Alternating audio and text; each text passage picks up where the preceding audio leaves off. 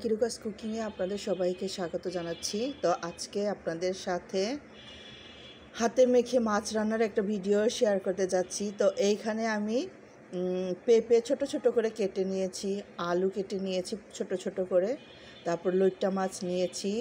এখানে একসাথে আদা রসুন পেঁয়াজ পেস্ট করা আছে, কাঁচামরিচ আছে। এর মধ্যে আমি হলুদ গুঁড়া, মরিচের গুঁড়ো, ধনে গুঁড়ো, জিরে গুঁড়ো আর আমি দিয়ে দিয়েছি মাছের মশলা। তারপরে যে তেল দিয়ে দিচ্ছি আর লবণ দিয়ে দিয়েছি। এখন এটা হাত দিয়ে খুব ভালো করে মেখে নিব। তো আসলে যেদিন আমার বেশি একটু অলস লাগে তখন আমি এইরকম শর্টকাট রান্নাগুলো করি। এই রান্নাগুলো খেতে অনেক মজা হয়। তো আমি আসলে ভুনা করতে চেয়েছিলাম, কিন্তু আমাদের বাসায় ভুনা করলে কি হয়, মশলাটা এতটা থেকে যায়, পরে সেটা খাওয়া হয় না। তাই আমি ভাবলাম যেহেতু সবজি আছে, আলুটা শুধু দিতে চেয়েছিলাম, কিন্তু আমার একটু পেঁপে খেতে ভালো লাগে। ইদানিং আমার পেঁপেটা একটু বেশি খেতে ইচ্ছে করছে, সেজন্য আমি এখানে পেঁপেটা নিয়েছি, আলুটা নিয়েছি, হাতে মেখে একদম বসিয়ে দিব। যেদিন আমার অনেক বেশি অলস লাগে, রান্না করতে ইচ্ছে করে না, তখন আমি এই রান্নাগুলো সাধারণত করি। আর যেটা এইরকম রান্না করলে একটাই অসুবিধা, সেটা হলো আমার বাচ্চারা মাছ না ভেজে রান্না করলে সহজে খেতে চায় না। কিন্তু ওই যে আমি বলেছি মাছ খাওয়া ভালো, মাছ খেতে হয়, মাছ খেলে এটা হয় ওটা হয়, এটা শোনার পর আর যখন আমি কোনো অপশন রাখি না, তখন ওরা একটু খেয়ে নেয় কষ্ট করে হলেও।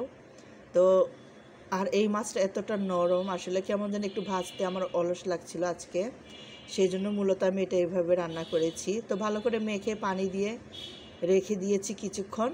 তারপর এটা চুলায় বসিয়ে দিয়েছি। এইটে একদম যখন রান্নাটা হয়ে আসছে নামিয়ে নিব, ঠিক সেই মুহূর্তে আমি আসছি। একদম পানিটা শুকিয়ে গেছে, সবজিগুলো নরম হয়ে গেছে, আলু নরম হয়ে গেছে, পেঁপে আর মাছ তো জানিনি, মাছ কিন্তু অনেক নরম মাছ, বেশি সময় লাগে না রান্না করতে। তো এই যে এখন এটা আমি নামিয়ে নিব, একদম গরম গরম সাথে সাথে রান্না করে সাথে সাথে খেয়ে নিয়েছি।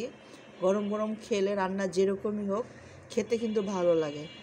তো আর এক সময়ও থাকে না এত মানে ভেজে বুঝে রান্না করার জন্য, তখন কিন্তু এই রান্নাগুলো অনেক মজা লাগে।